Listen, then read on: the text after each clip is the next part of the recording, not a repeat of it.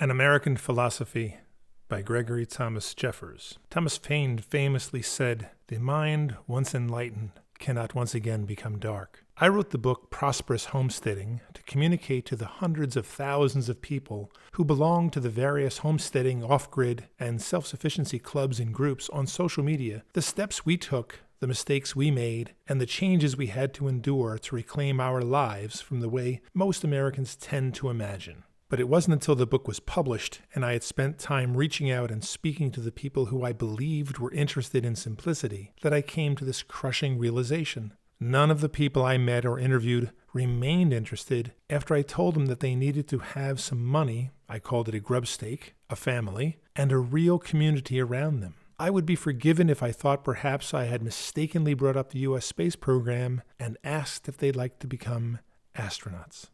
The people in these groups seem to come from two camps. The much smaller group of political activist, environmentalist hypocrites, a cadre of people I have no interest to engage with on any level ever again. It seemed to me that this group wanted to wreak havoc on their fellow man to save the planet, and yet none of them had bothered to put up a clothesline. And people who were, whether they wanted to admit it or not, at the end of their rope, broke, alone, without hope, angry and cynical, and dreaming of a freedom they think they see on a phone or computer screen and believe could still be had by continuing to retain a way of life that had brought them so much disappointment. In speaking with these people, I came to the conclusion that their financial, familial, detached, and disaffected personal circumstances were merely a manifestation of a loss of faith. They had lost faith in themselves, their family, their institutions, their government, their country, and their God. And with that, they had lost their ability to move forward in life. It seemed to me that if their faith could be restored, the other symptoms would greatly improve. I wrote this book to help you regain your faith by sharing with you the foundational belief system that gave the world the experiment of colonial Pennsylvania. Independence Hall, the book's Common Sense and the Age of Reason, the Declaration of Independence,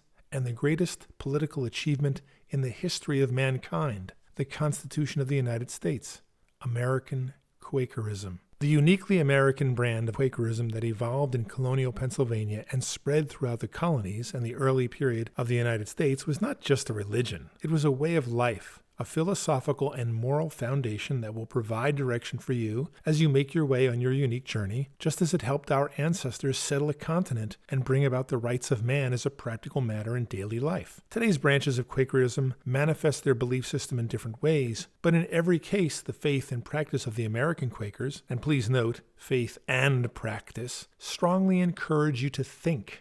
Literally. This is a very different sensibility than what is served up by the mainstream Protestant churches and the Catholic Church, or the many authoritarian political coalitions that have reared their ugly head in the past few decades. And for American Free Quakers, it is all about you, the individual, and the spark of the divine that each and every human being carries within. If you are not well, your light cannot shine. It then follows that your first responsibility is to yourself. Most people find this to be a far more challenging responsibility to live up to than it appears on the surface. Let us begin by reclaiming your faith in yourself. I will go about this in the order of the Quaker testimonies and how they might fit into the seasons of our lives. But first, a little housekeeping before we get started. The moniker Quaker was a slur hurled at the followers of George Fox in mid-17th century England. Fox's followers referred to themselves as Friends, and to this day, Quakers still use that term, and probably more often than they might use Quaker. But either name will suffice. Later, the movement became known as the Religious Society of Friends. Don't let that scare you. All faiths have had to evolve, sometimes kicking and screaming, in the wake of the Age of Reason. The Quaker sects evolved so well and so fast that they got ahead of themselves and nearly went extinct. More on that later. For now, let's just say that no one ever won an intergenerational clash of ideas by alienating child-producing men and failing to form families where children are raised in the ethos of the parents and the community. Just ask the Shakers, if you can find one. The good news is that the Quakers spawned the United States and liberal democracy as we know it before they nearly left the stage. There is much to their story that Americans would do well to consider. William Penn, a politically well-connected Quaker, founded the colony of Pennsylvania and the city of brotherly love, Philadelphia, with a land grant he received from the crown to settle a debt that the king owed to Penn's father, Admiral Sir William Penn. The frames of Pennsylvania were the first laws enshrining democracy and religious freedom by a legislature of sorts, in over 2,000 years. The rest, as they say, is history. But this is not a history lesson, merely a little housekeeping. If you are interested in their history, I highly recommend The Quakers in America by Dr. Thomas D. Ham. The early American Quakers were fundamentalist Christians. Today, some are evangelical Christians, some are fundamentalists, and some came to decline dogma and most of the ancient creeds. Still, all friends have a set of precepts, often called the 5 testimonies: simplicity, integrity, community, equality, and peace, that guide them. For our purposes here, the 5 testimonies could just as well be called the 5 strategies for living a good life. In the absence of creed and dogma, how we lived our lives became our creed. And it is not that we deny the ancient creeds of the Abrahamic faiths. We don't spend much time debating what we are required to believe, that is faith, preferring to spend that time thinking about how we should live, that is practice. Some Quakers are Bible-centric Trinitarians, that is 3, Father, Son, and Holy Spirit. Others, like me, are Universalist and Unitarian, that is 1. No further definition or description forthcoming. And think of the Bible as the owner's manual for Western civilization, something we regard as a good thing. Still others are non-theistic political activists who seem focused on the testimony of equality as they like to think about it. Most American Quakers refer to their local gathering as a meeting, and typically avoid the use of the word church. This stems from the early Quakers' aversion to the Catholic Church in particular, and hierarchy in general. The Quaker Universalists and Unitarians use church group, and meeting interchangeably. This is something we picked up from our Amish and Mennonite neighbors, and we do so for practical reasons. Quakers are not Amish. The Anabaptists, the Amish, Mennonites, and Dunkards, and many other faiths were drawn to colonial Pennsylvania by the prospect of religious freedom. When the Anabaptists arrived, they took on some of the cultural aspects of the Quakers, such as their practice of plain dress, living in tight-knit community with their fellow tribesmen, and the disciplinary action of disownment, which the Anabaptists called shunning. Since the Quakers focused on people's conduct, they were not disposed to forgiveness for severe or chronic offenders. People conducted themselves in a fashion that the community found acceptable, or they were removed via disownment. Since Quakers reject the use of force, coercion, and violence, they did not physically accost offenders. The offenders simply ceased to exist in the eyes of the community. As modernity evolved,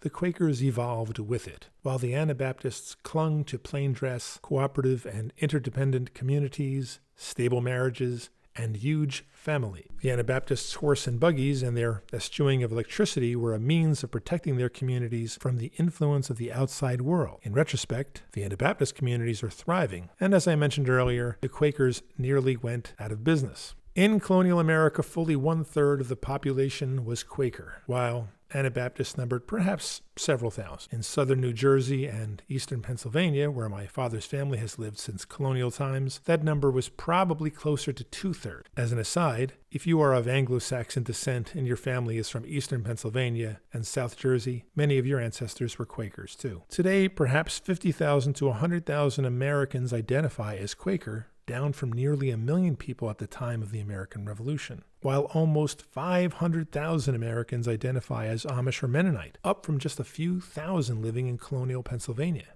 As I said earlier, no belief system will survive over the generations without producing children or by alienating child-producing men. A quick word on the Shakers, as people often confuse them with Quakers. The Shakers evolved out of a group of Quakers and quickly attracted a certain element of people you would easily recognize in one of today's political coalition. People who are existentially indisposed to heterosexual activity and having and raising children. For better or worse, this demographic is now finding their way back to calling themselves Quakers. The Shakers no longer exist because they rejected heterosexual contact, and no heterosex equals no babies. People die and the world belongs to the people who inhabit it. It is my firm conclusion that the Hicksite Quakers gave voice to the feminists of their day, and feminists and the type of men who produce children and provide for large families did not mix well, then or now. The rest, as they say, is history, and in this case, almost the dustbin of history. As I said in my book, 7 Years of Famine, those who breed succeed, at least culturally. And any faith, ethnic group, or culture that does not produce children will always wind up in the dustbin of history. There are no exceptions to the absolute necessity of children. A culture that supports sexual deviancy and the politics and sensibilities of the deviants over the formation of productive families, a child-producing husband and wife, where children are molded in the ethos of the culture, has at best 2 generations before oblivion. And all political machinations that endeavor to obscure that fact are an effort in absolute self-destruction. There is no human endeavor that can compare with the existential importance of producing children. Early Quakers offer the United States and Western Europe a poignant lesson. After giving the world liberal democracy, religious freedom, and defining the rights of man in the 17th and 18th centuries, the Quakers of the mid-19th to early 20th centuries entered into a virtue-signaling fit of self-destruction, losing child-producing family men even as they were gaining childless men and women and political activists focused on the women's rights movement. As a result, the American Quakers nearly died out. It seems to me that the American trajectory looks a lot like the Quaker experience. Overwhelming initial success followed by a frighteningly close call with self-destruction. Hopefully, we can learn from both and broaden the former and skip the latter. America and America's Quaker foundational values must endure. Hi, I'm Greg Jeffers, author of the best-selling book, Prosperous Homesteading. I'm an author, writer, blogger, and homesteader. This is my labor of love. My latest novel, 7 Years of Famine, is available now at Amazon.